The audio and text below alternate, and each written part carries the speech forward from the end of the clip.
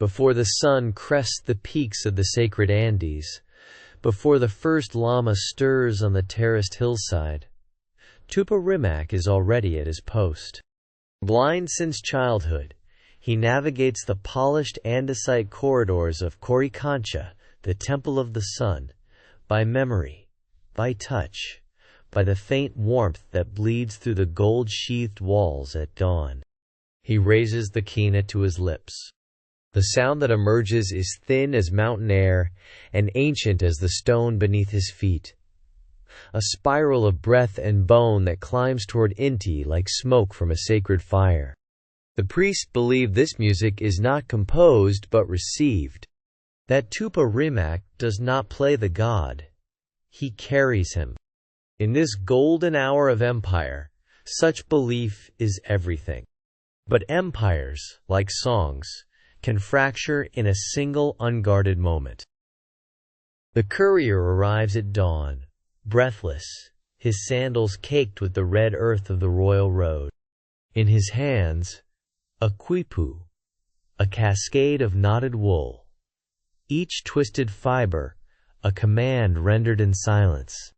Cusi, the apprentice, runs his fingers across the knots with practiced urgency, his lips moving without sound.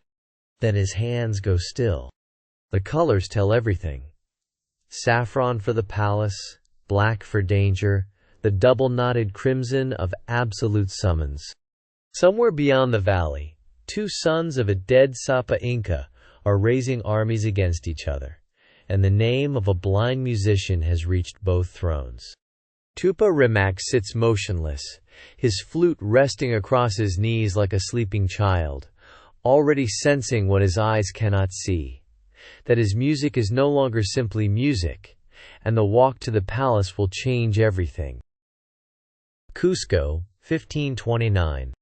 The court of Huascar blazes with torchlight, the air thick with copal incense, and the musk of power grown rotten at its edges. Gold shimmers from every surface, the mask of divinity worn over something raw, something afraid. Huascar, the self-proclaimed rightful Sapa Inca, sits rigid upon his carved throne, his commands wrapped in silk but edged like obsidian.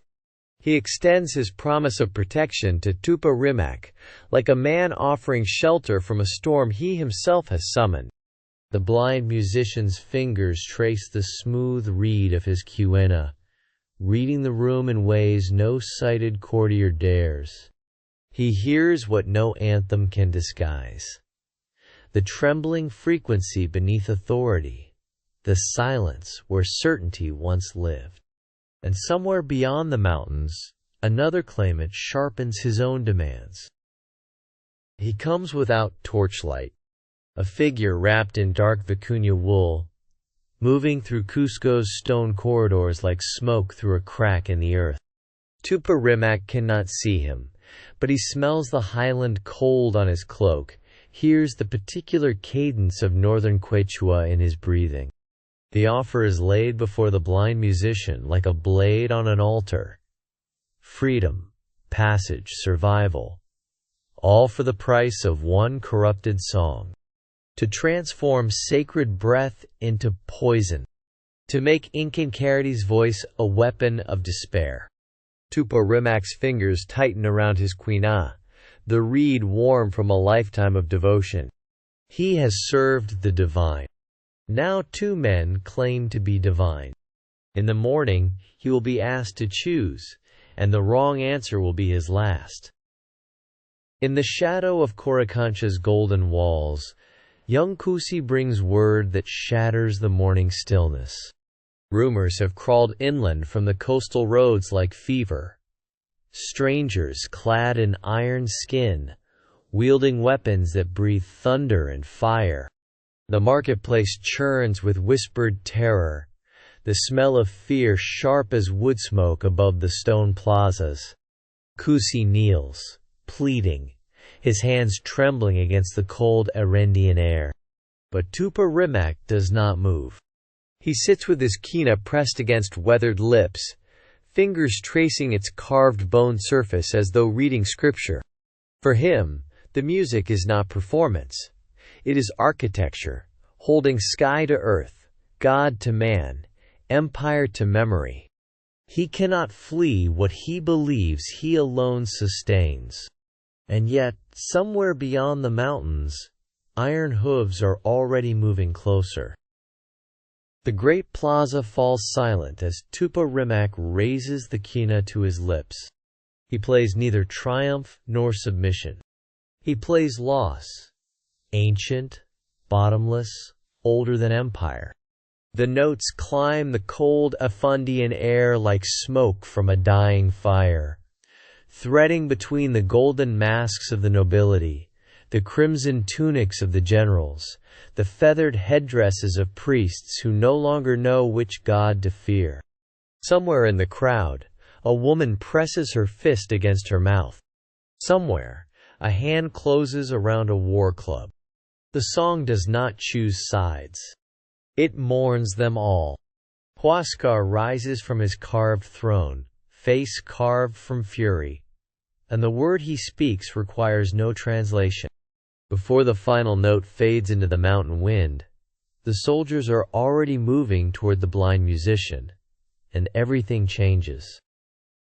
Beneath the Coricancha, the golden house of the sun, Tupa Rimac sits in darkness absolute.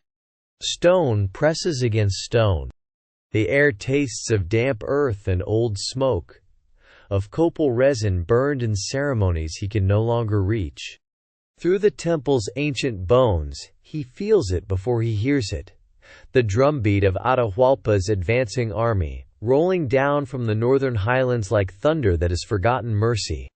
His fingers move, not on the quena that has been taken, but on air, on memory, tracing the sacred intervals of a melody not yet born. In the blindness he has always known, sound becomes architecture. The song assembles itself in silence, note by sacred note. And somewhere above him, the doors of the Coricancha are about to open. The city is burning. Smoke rises in dark columns above the thatched rooftops of Cusco, swallowing the stars that once guided Inca priests through their sacred calculations. Cusi moves through corridors slicked with fear and firelight, the stolen gold still warm in his trembling fist. He is 12 years old. He has traded his master's dignity to purchase his master's life. The cell door groans open, and there, hunched against cold stone, fingers still curved as though holding the quena even now, is Tupa Rimac. The boy does not weep. He takes the old man's hand, presses it to his own racing chest, and pulls him upright. Outside, boots are already on the mountain roads. What Tupa Rimac carries inside him, melody, memory, the voice of Inti himself, must now survive the journey down.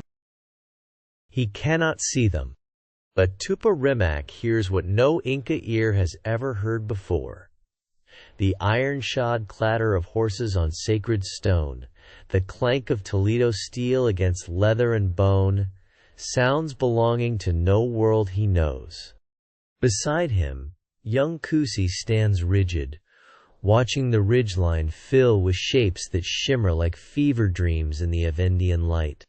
Below them, Cusco breathes, its golden temples still catching the late sun, its terraced fields still green, its plazas still holding the memory of 10,000 voices raised in praise of Inti. Tupa Rimac lifts the cracked quena to his lips. The first note rises, thin, aching, ancient, a sound older than empire, older than kings. And in that suspended moment, everything the Inca world has ever been trembles on the edge of silence.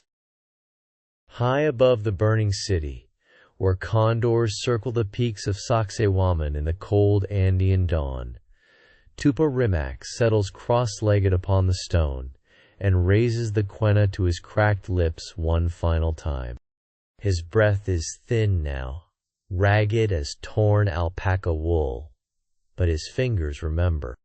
Kusi kneels before him, her young hands trembling over her own flute, her eyes drinking every movement of his weathered knuckles.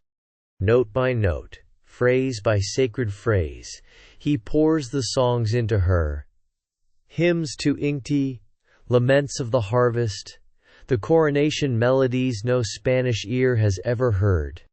What armies cannot carry, what fire cannot consume, passes now through breath and bone and devotion.